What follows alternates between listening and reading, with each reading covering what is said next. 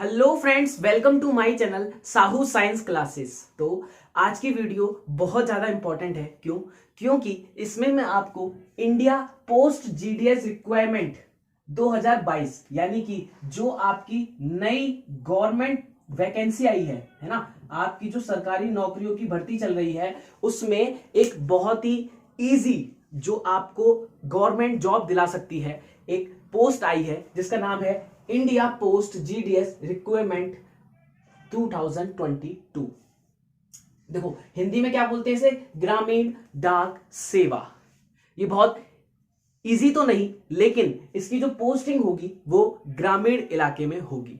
तो आइए देखते हैं और शुरू करते हैं कि इसके लिए क्या क्या नेसेसरी है, क्या क्या डॉक्यूमेंट्स होने चाहिए और क्या आप इसके लिए एलिजिबल है। तो देखिए, सबसे पहले तो आपको पोस्ट पता करने कुल पद कितने हैं। तो कुल पद जो निकले हैं, जो सरकार ने दिए हैं, वो कितने हैं? 38,926। 38,926 पोस्ट निकली हैं। तो ये आपके लिए बहुत सुनहरा मौका हो सकता है, क्योंकि इतनी पोस्ट में आप आसानी से इसको निकाल सकते हैं। लेकिन निकालना भी है या पोस्ट ऐसे ही मिलेगी आपको, तो आइए देखते हैं क्या करना पड़ेगा इसके लिए। अप्लाई डेट, सबसे पहले आप अप्लाई कब करेंगे, है ना? आप अप्लाई कब करेंगे इसे? आप अप्लाई करने के लिए 2 मई यानी कि स्टार्ट हो चुकी है, 2 मई से स्टार्ट हो चुकी है और अंतिम तिथि है 5 जून। आप अंतिम तिथि को जाने दीजिए। अगर आपको लगता है कि आप इसके लिए एलिजिबल हैं और आप इसे भरना चाहते हैं और भर सकते हैं, तो इसे अभी, जब आप वीडियो देख रहे हैं, जब आपको पता चला इसके बारे में, तो आप इसे जल्दी से भर के छुट्टी कीजिए। ठीक है, कोई टेंशन नहीं, एंड तक वेट नहीं करना, कोई लास्ट डेट हमें मतलब नहीं है। हमें 2 मई से स्टार्ट हुआ है, आज कितनी तारीख हो गई, उसके हिसाब से आप भर दीजिए फटाफट से। फीस क्या है इसकी, है ना? फीस क्या है? देखो, जनरल और ओबीसी वालों के लिए मात्र 100 रुपए, ओनली 100 रुपए सिर्फ, है ना? 100 रुपए। और एससी एसटी पीएच यानी कि फिजिकल जो है, हैंडीकैप्ड और फीमेल्स के लिए नो फी, कोई भी फीस नहीं है। यानी कि एसएससी की तरह रखा गया है कि हाँ 100 रुपए जनरल ओबीसी वालों के लिए, और बाकी जो अदर लोग आएंगे वो उनके लिए नो फीस, कोई भी फीस नहीं है, 0 रुपए फीस है। ठीक है, एक और चीज, ये जो है ऑनलाइन है, ये आप ऑनलाइन भरेंगे। ठीक है, आप किसी भी साइबर कैफे वाले के पास जाइए, भैया हमारा ये भर दीजिए, वो आपका फॉर्म फिलअप कर देंगे। इसके बाद आगे चलते हैं। आपके पास आपकी एज कितनी है ना? इसके लिए एज लिमिट कितनी है ना? बहुत ही इजी। देखो, आपने देखा होगा कॉमन एग्जाम्स के लिए सबके लिए 18 प्लस तो होना चाहिए, है ना? 18 प्लस तो होना चाहिए, किसी किसी के लिए 21 होती है, लेकिन 18 तो होना चाहिए। तो देखो, जो एज है वो 18 से लेके 40 साल तक का बंदा भर सकता है ना? 18 से लेके 40 साल तक मेल फीमेल सभी लोग भर सकते हैं। और उसकी जो एज काउंट होगी वो 5 जून 2022 तक काउंट हो सकती है, कि अगर वो 18 का इससे पहले हो गया है तो वो भर सकता है, लेकिन इसके बाद होगा तो वो नहीं फॉर्म फिल कर सकता है, फिर वो आगे जब आएंगे तभी कर पाएगा।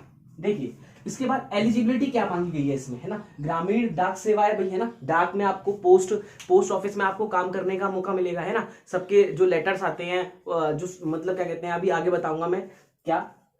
देखो, eligibility 10th with maths and English, simple.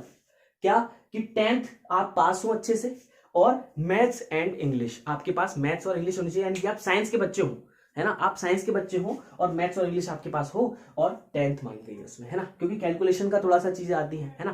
Calculation की चीजें आती हैं, इंग्लिश लिखी आती है, आपको पढ़नी होती है इंग्लिश, है ना? जो चिट्स होती हैं, जो रुपीज होते हैं, तो उन सबके आपको नॉलेज होनी चाहिए। उसके बाद एक मोस्ट इंपॉर्टेंट चीज इसके बाद क्या, कि आपको लोकल भाषा का ज्ञान हो, व साइकिल चलाना आता हो। देखो, ये इंडिया पोस्ट जीडीएस रिक्वायरमेंट है ना? ग्रामीण डाक सेवा, है ना? गांव में पहुंचेंगे आप, तो आपको वहां की लोकल लैंग्वेज का थोड़ा सा ज्ञान हो। जैसे आप साउथ में तमिल में लेते हैं, कहीं कहीं इंडिया में, पूरे ऑल ओवर इंडिया में, साउथ में, चेन्नई में, कहीं भी, अहमदाबाद में, तो आपको वहां की लोकल, जहां भी आप अप्लाई करें कि आप इस जगह अप्लाई कर रहे हैं, आप इस स्टेट में अप्लाई कर रहे हैं, तो आपको वहां की लोकल लैंग्वेज के बारे में ज्ञान होना चाहिए, तभी आप उस जगह भरें। आप पता चली कि आप उड़ीसा में भर दें और बाकी आपको भाषा ही नहीं आती, तो आपका क्या फायदा हुआ, है ना? आप रिजेक्ट हो जाएंगे। तो आपको लोकल लैंग्वेज का ज्ञान होना चाहिए, और साइकिल चलाना आता हो। भाई कुछ लोग होते हैं, वैसे तो आजकल कॉमन है, साइकिल चलाना तो हर किसी को आता है, लेकिन कुछ लोग होते हैं जो साइकिल चलाना जिनको शायद नहीं आता है, तो आपको साइकिल का ज्ञान होना चाहिए, क्योंकि ये पोस्ट जो है वो थोड़ी अंडर है ना? तो इसमें साइकिल चलाना होगा। आपने देखा होगा कि जो घर घर पोस्ट पहुंचाते हैं तो वो साइकिल चलाते हैं, मोटरसाइकिल से देते हैं, स्कूटी से देते हैं, तो आपको कम से कम साइकिल तो चलाना आना चाहिए। अगर साइकिल चलाना आता है तो मोटरसाइकिल और स्कूटी आप आराम से सीख सकते हैं, है ना? तो साइकिल चलाना कंपलसरी आना हो। Selection process. अब इसका सिलेक्शन प्रोसेस क्या है? सबसे इजी, आप सोच रहे होंगे क्या कितने क्वेश्चन आएंगे, क्या एग्जाम देना होगा? सबसे इजी यही है कि इसमें कोई भी एग्जाम नहीं देना है। सबसे इजी क्या है? इसमें कोई भी एग्जाम नहीं देना है।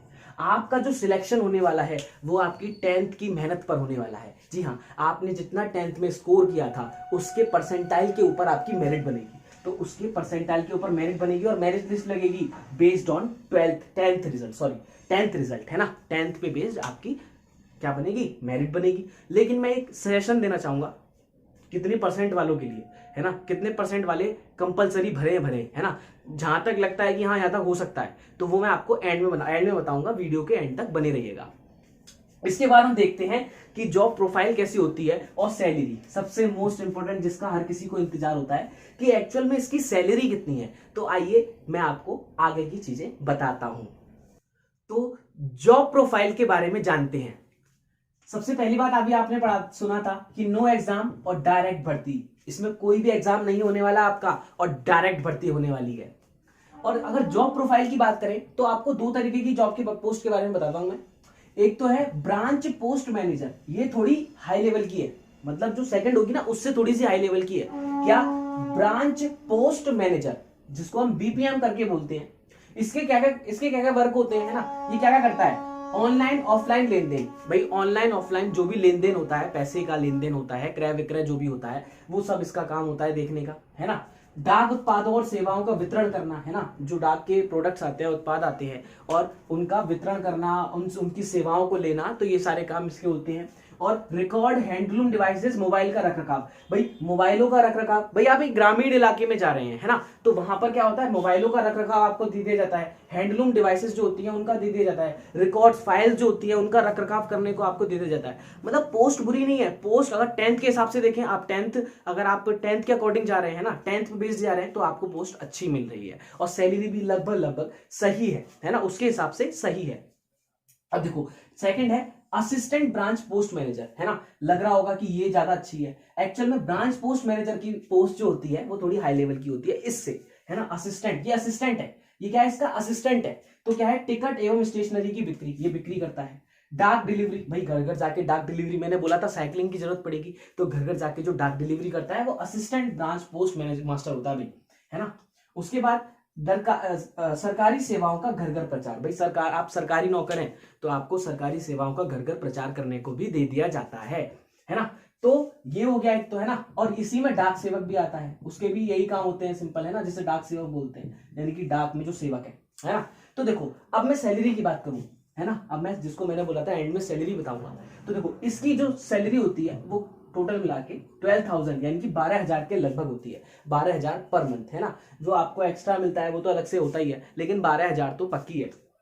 और इसकी 10,000 होती है। इसकी कितनी होती है? 10,000 रुपए होती है पर मंथ के हिसाब से, ठीक है। ड्यूटी आवर्स जो होते हैं 4-5 घंटे के होते हैं। इसमें 4-5 रहना आपको वही होता है, लेकिन जो ड्यूटी आवर्स होते हैं वो 4-5 घंटे के होते हैं। ग्रामीण इलाके में आपकी लगेगी। आप ये ना सोचें कि आप कहीं क्या कहते हैं अच्छी सी जगह में जा रहे हैं जहाँ पे बहुत अच्छे मार्केट्स हैं, शॉप्स हैं, नहीं, ग्रामीण इलाके में होती है, ऐसी बात नहीं है।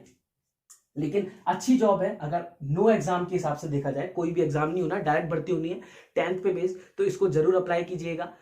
अगर आपको वीडियो अच्छी लगी हो तो फ्रेंड्स के साथ शेयर कीजिएगा और आगे जो वीडियोस आने वाली हैं उसके लिए सब्सक्राइब कीजिएगा चैनल को और बेल आइकन दबाइएगा। और ऐसी ही मैं बहुत अच्छी वीडियोस आपके लिए लाता रहूंगा। मिलते हैं बहुत जल्द नेक्स्ट वीडियो में, मोस्ट इंपॉर्टेंट वीडियोस में। So goodbye guys.